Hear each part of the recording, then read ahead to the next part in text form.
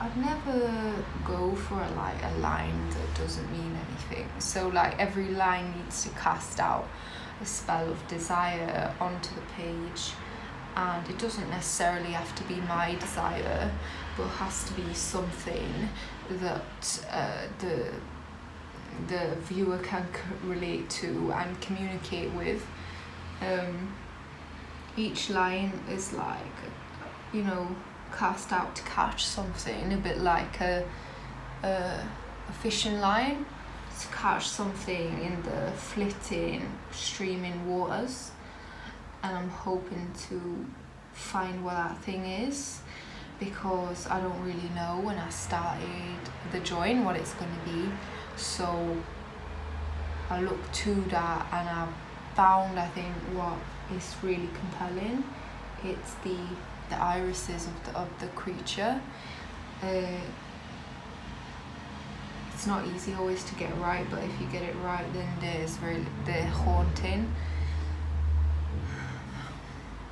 But you got to be lucky because you already invested like quite a lot into that.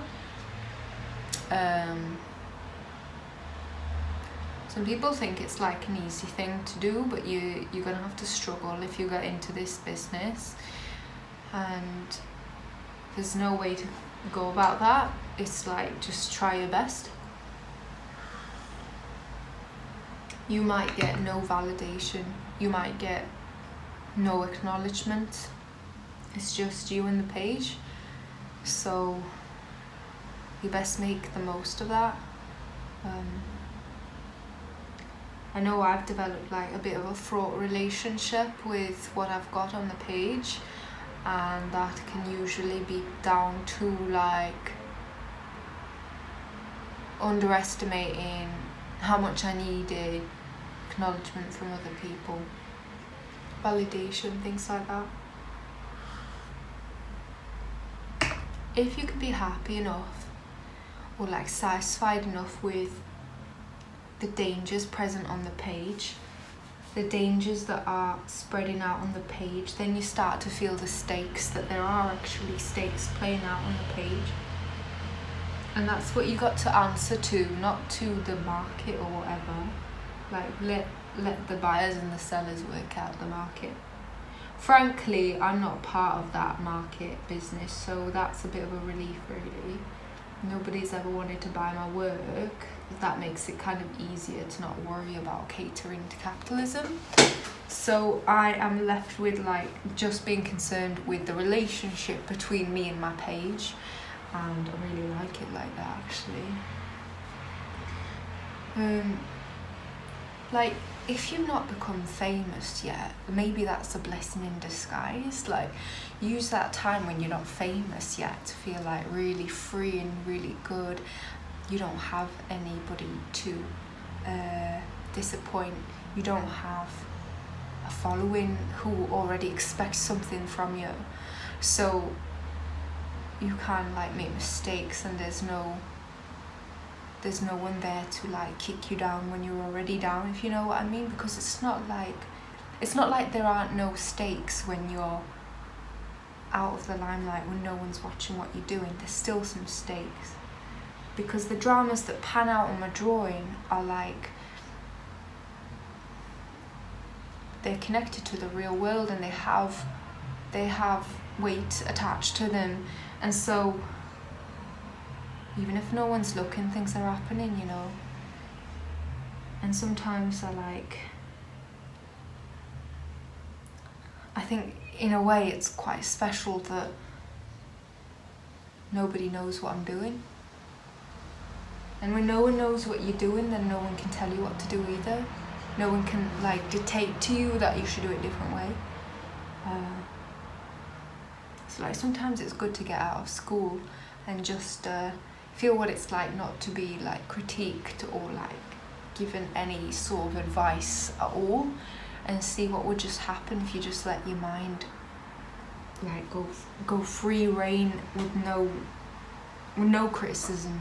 People say criticism is important, but like, see what happens if you just go in one direction with nobody telling you to stop. It's a little bit like It's like letting a train go on a train track as fast as possible on the full setting and not telling it to stop. Like a train with no stops, and to see where that train would end up.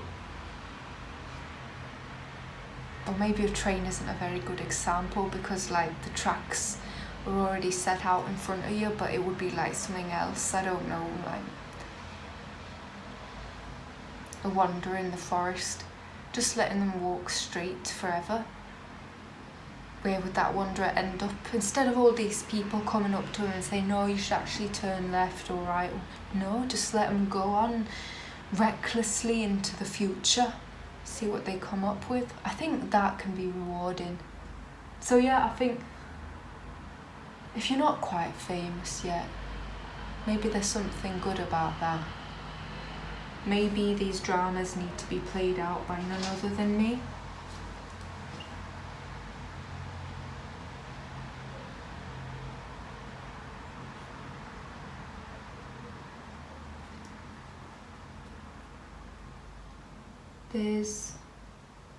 At the end of this drawing, there's a new person that I'm likely to become, and I'm rushing toward that future.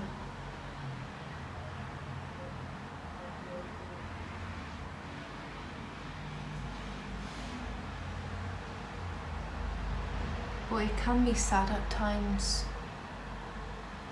to be led just by yourself. But savour it, because there will be a time when you will get that acknowledgement, and there will be eyes looking at what you're doing. And at that time, this period will start to feel very nostalgic. Very nostalgic. This moment that I'm having right now will be gone forever, and I won't ever be able to have that privilege again. You know, the privilege of just being by yourself and not being interrupted by opinions and critiques and interlocutors.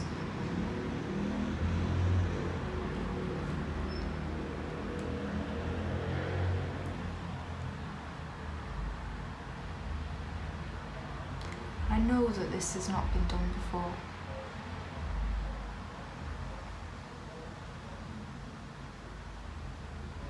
I know that it's not been attempted or achieved. And that's what I think about when I do it. But this creature doesn't exist anywhere else but here. And he needs me. He needs me to spell out his anatomy. He needs me to give him his guts and his teeth and his liver.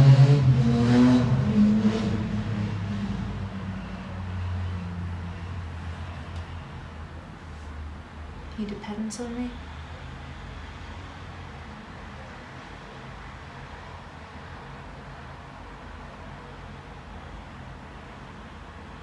Do you hear that? That's a special sound. That's the moment in the day when the atmosphere becomes thick with it.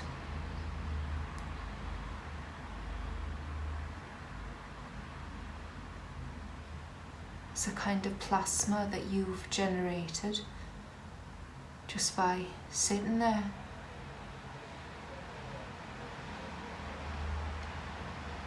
Like electricity.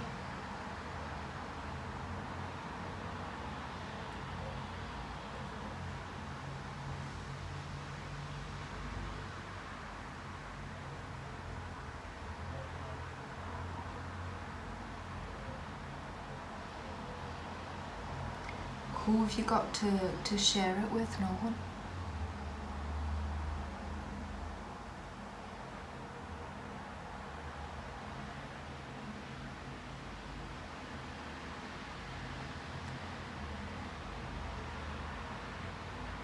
You feel like you want to say things, you know.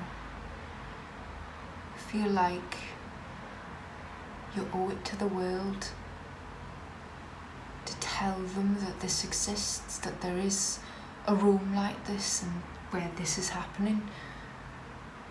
Otherwise the world won't know.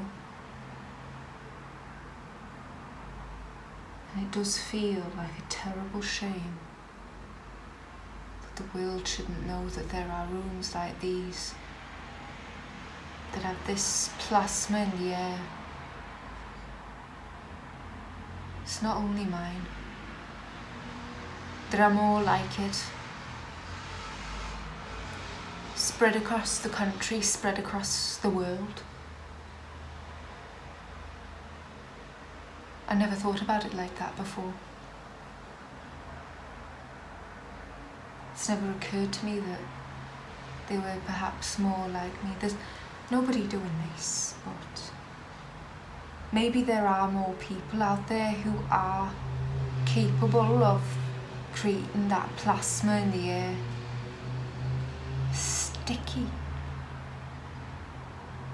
Sticky to the point that it electrifies you and keeps you buoyant, keeps you weightless.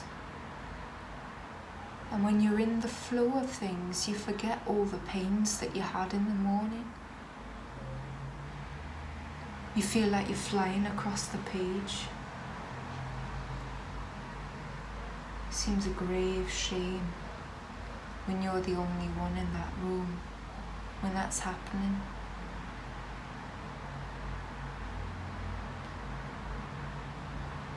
With the heat of the tea and the noise of the traffic outside, and the lines calling you into their matrices, and the little absorption of the pulp of the paper when you press your pen on it.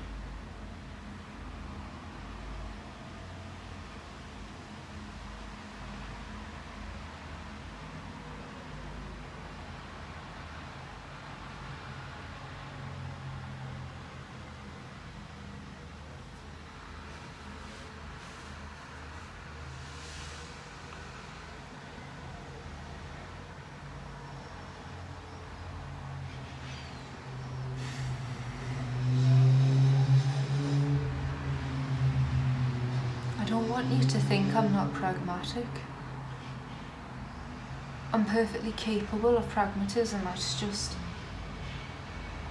these things happen to you. They just happen beyond your will.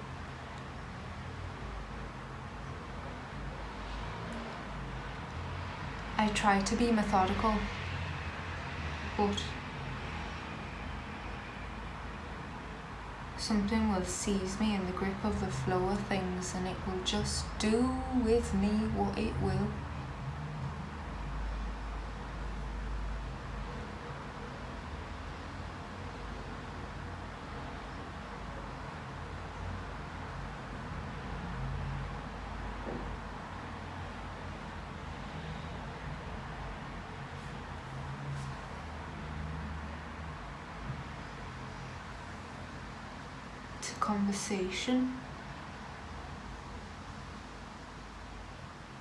Conversation with the inanimate.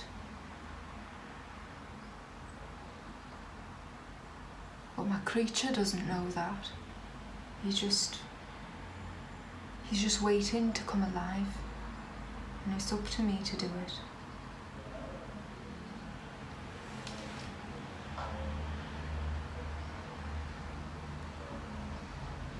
I lay each line very ardently, very much like I were piecing his anatomy together. It feels good. It feels good to give him yet another little vein or another little knuckle with which he can then feel the world. Because without them, he would be senseless And that to me is a very, very sad thought. I want to make him open to experience. That's one of the things that's at stake. I wonder if you can be that free, if you can be that able to give life to something when you're in the public eye, when you're not in private anymore. Do you think Dr. Frankenstein could put together his monster in public? No. The doctor was only able to achieve such a feat when he was unknown. He would have never gotten research funding to do that.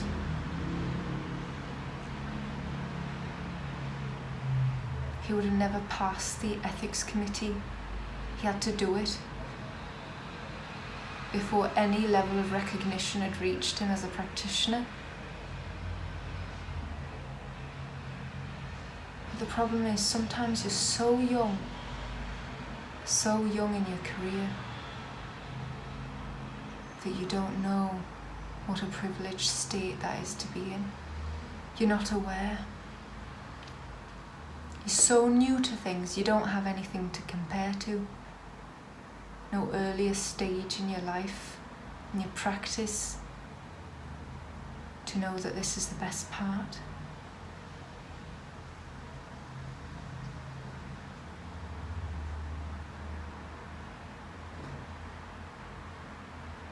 Everything in the future seems like it's progress, like it's going to be better, but it's not. The future holds more restrictions, so you better get to work with your most ambitious projects first. Afterwards, you're just going to have to cater to the public, cater to the ethics committee.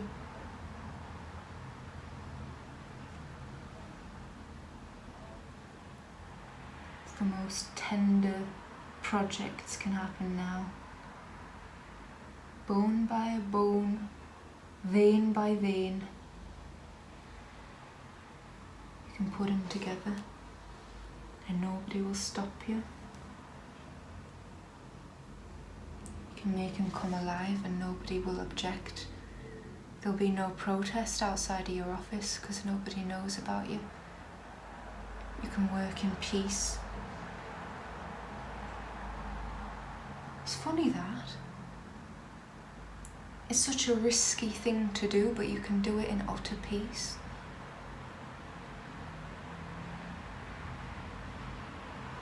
Any moment it could go horribly wrong, but you can do that mistake, make that failure unperturbed by anyone.